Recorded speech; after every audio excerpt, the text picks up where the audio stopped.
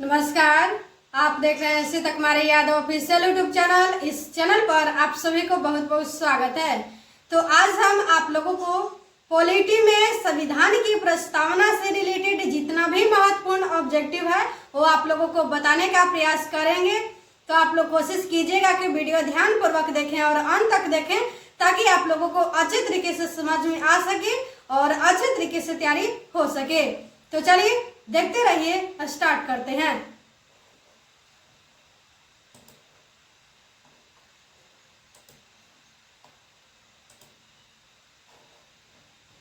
आज क्या बताएंगे?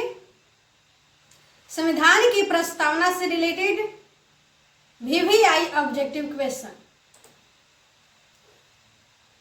पहला प्रश्न है, भारतीय संविधान के किस भाग को उसकी आत्मा की आख्या प्रदान की गई? भारतीय संविधान के किस भाग को उसकी आत्मा की आख्या प्रदान की गई? ऑप्शन ए में दिया हुआ है प्रस्तावना, ऑप्शन बी में दिया हुआ है मौलिक अधिकार और ऑप्शन सी में दिया हुआ है संविधान के सभी अनुच्छेद और ऑप्शन डी में दिया हुआ है इनमें से कोई नहीं। इसका उत्तर आप लोग बताने की कोशिश कीजिए, सही उत्तर क्या होगा? भारतीय संविधान के किस भाग को उसकी आत्मा की आख्या प्रदान की गई? तो यहाँ पे सही उत्तर हो जाएगा ऑप्शन ए प्रस्तावना। ऑप्शन ए सही उत्तर हो जाएगा प्रस्तावना। अगला प्रश्न है, भारत को गणतंत्र क्यों कहा जाता है? भारत को गणतंत्र क्यों कहा जाता है? ऑप्शन ए में दिया हुआ है इसकी विधानमंडलों की अधिकतम संख्या जनता द्वारा प्रत्यक्ष चुनी जाती है। ऑप्शन बी में दिया हुआ है यह राज्यों का एक संघ है। ऑप्शन बी सी में दिया हुआ है भारतीय नागरिक मूलभूत अधिकारों का उपयोग करती है और ऑप्शन डी में दिया हुआ है यहाँ राज्य का प्रमुख निर्धारित अवधि के लिए निर्वाचित होता है।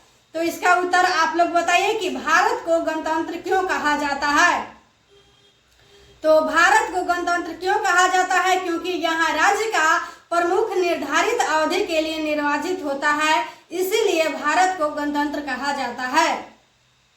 क्या कहा जाता है? भारत को गणतंत्र कहा जाता है। यहाँ राज्य का प्रमुख निर्धारित अवधि के लिए निर्वाचित होता है, इसीलिए भारत को गणतंत्र कहा जाता है। तो ऑप्शन डी यहाँ पे सही उत्तर हो जाएगा, आप लोग याद रखिएगा।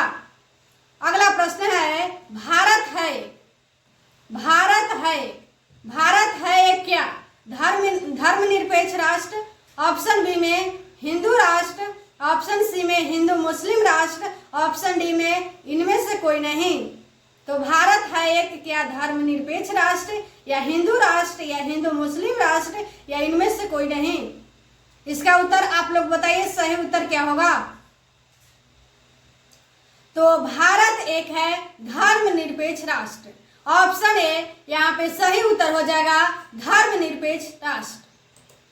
अगला प्रश्न है, धर्मनिरपेक्षता का अर्थ है, धर्मनिरपेक्षता का अर्थ है।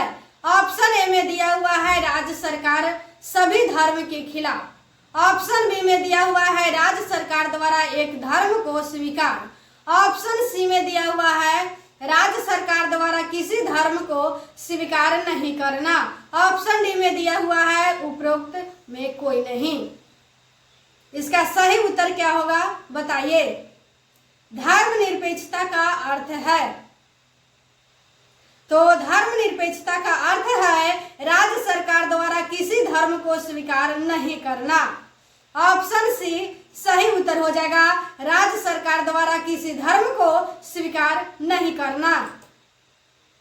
अगला प्रश्न है, भारतीय संविधान की आत्मा किसे कहा जाता है? भारतीय संविधान की आत्मा किसे कहा जाता है? ऑप्शन ए में दिया हुआ है प्रस्तावना, ऑप्शन बी में दिया हुआ है मूलाधिकार, ऑप्शन सी में दिया हुआ है नीति निर्देशक तत्व, ऑप्शन डी में दिया हुआ है कोई नहीं। भारतीय संविधान की आत्मा किसे कहा जाता है?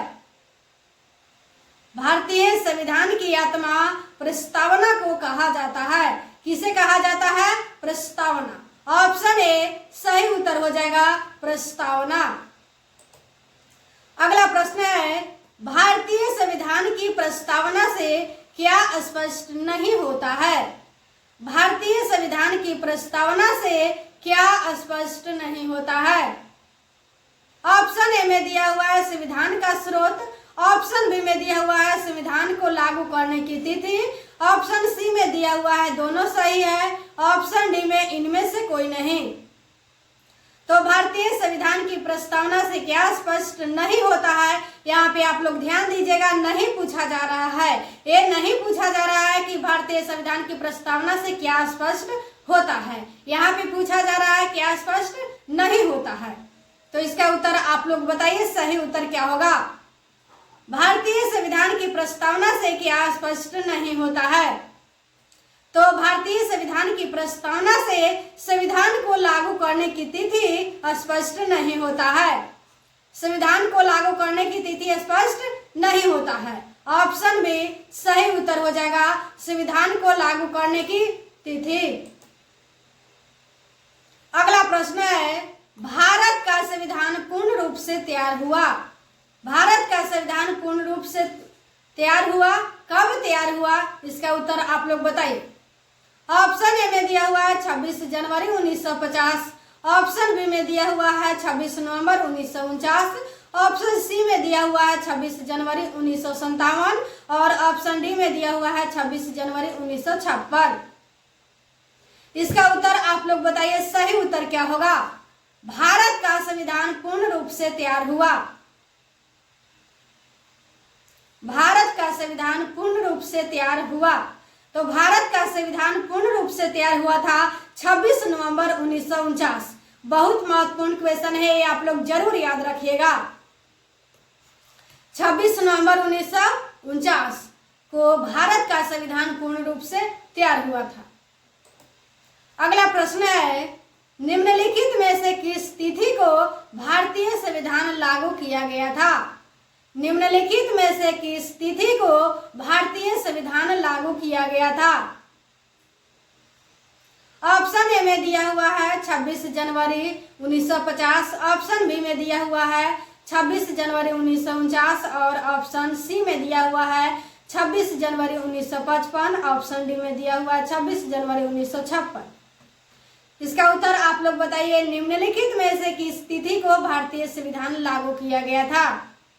ऑप्शन ए में दिया हुआ है 26 जनवरी 1950, ऑप्शन बी में 26 जनवरी 1949, ऑप्शन सी में 26 जनवरी 1955, ऑप्शन डी में 26 जनवरी 1956। तो यहाँ पे पूछा जा रहा है कि निम्नलिखित में से किस तिथि को भारतीय संविधान लागू किया गया था। तो 26 जनवरी 1950 को भारतीय संविधान लागू किया गया था। भारतीय संविधान कब लागू किया गया था? 26 जनवरी 1950 को। ऑप्शन ए सही उत्तर हो जाएगा। अगला प्रश्न है, भारत की संविधान की प्रस्तावना में प्रथम संशोधन कब किया गया? भारत की संविधान की प्रस्तावना में प्रथम संशोधन कब किया गया? ऑप्शन ए में दिया हुआ है 1951 में, ऑप्शन बी में दिया हुआ है 1971 में, ऑप्शन सी में दिया हुआ है 1976 में और ऑप्शन डी में दिया हुआ है 1984 में। तो यहाँ पे पूछा जा रहा है कि भारत की संविधान की प्रस्तावना में प्रथम संशोधन कब किया गया? तो भारत की संविधान की प्रस्तावना में प्रथम संशोधन 1976 में किया गया था। कब किया गया था? 1976 में। ये आप लोग याद रखिएगा, यहाँ पे सही उत्तर हो जाएगा 1976। अगला प्रश्न है, भारतीय संविधान लागू हुआ था। भारतीय संविधान लागू हुआ था, इसका उत्तर आप लोग बताइए। ऑप्शन ए में दिया हुआ है 26 जनवरी 1950 को, ऑप्शन बी में दिया हुआ है 26 जनवरी 1952 को और ऑप्शन सी में 26 जनवरी 1955 को और ऑप्शन डी में 26 जनवरी 1958 को। यहाँ पे ऑप्शन ए सही उत्तर हो जाएगा 26 जनवरी 1950 को।